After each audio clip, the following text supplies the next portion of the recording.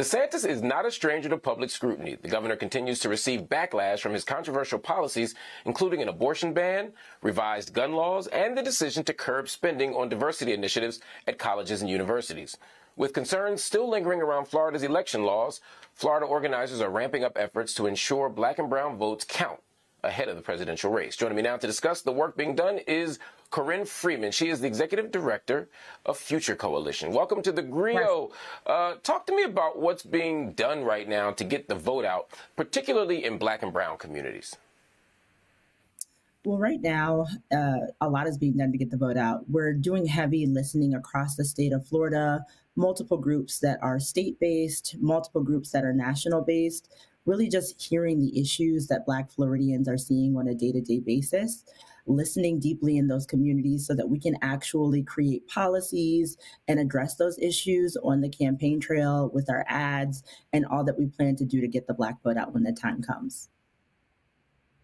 Now, one of the biggest battlegrounds right now, of course, is Florida. It was one when Hillary Clinton lost to Donald Trump. It was one the election before that with Obama's two campaigns. It was certainly one with Biden and Trump. It seems though that Governor Ron DeSantis has made a major impact in the state of Florida. He's effectively banned talk of race and gender in schools. He's cracked down on immigration. Would it be an overstatement to say that Ron DeSantis has made this battleground state of Florida unsafe for black people? Ooh, that is an absolutely loaded question. I'll say this. I am still in my home in Florida.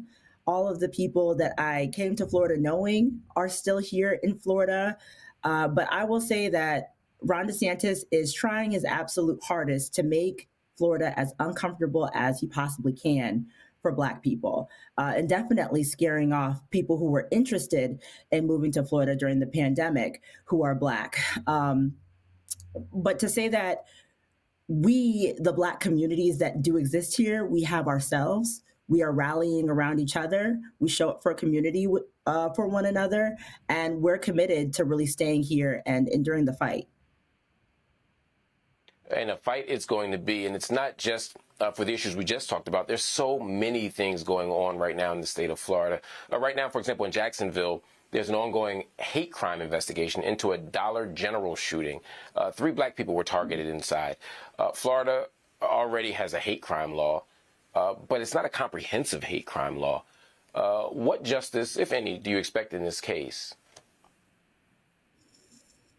As hard as it is to say, Mark, very little. I expect very little to change across the state.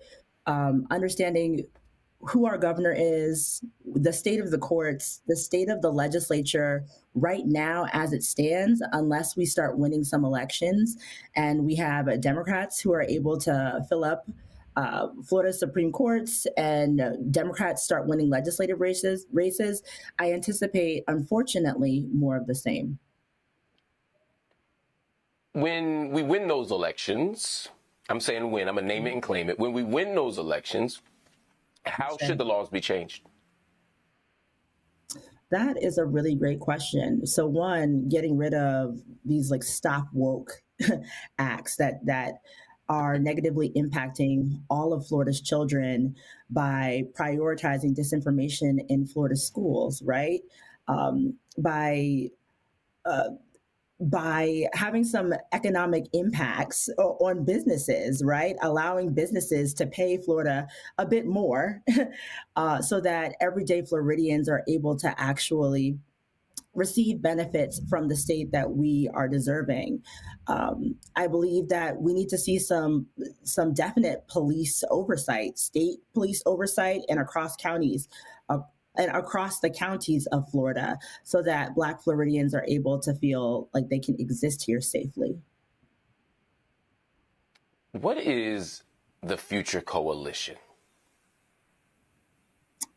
Love to hear that. So Future Coalition is an intergenerational organization that is focusing on being a facilitator of movement spaces and providing resources and connection to young people 25 and under to the larger movements that are already in existence, because we believe that intergenerational movements are how we are going to win. The idea of an intergenerational movement is so important right now. I think one of the challenges that we see in every movement is that the new generation has a style of protest and approach to resistance is different than the previous generation. The young folk think the old folk don't understand it. The old folk think the young folk ain't focused and serious and won't listen. And we end up with these gaps that I think make it harder to pass the baton and make it harder for us to fight for freedom. What you all are doing to bring those two together is so important. Before you go, how can people get involved in the Future Coalition?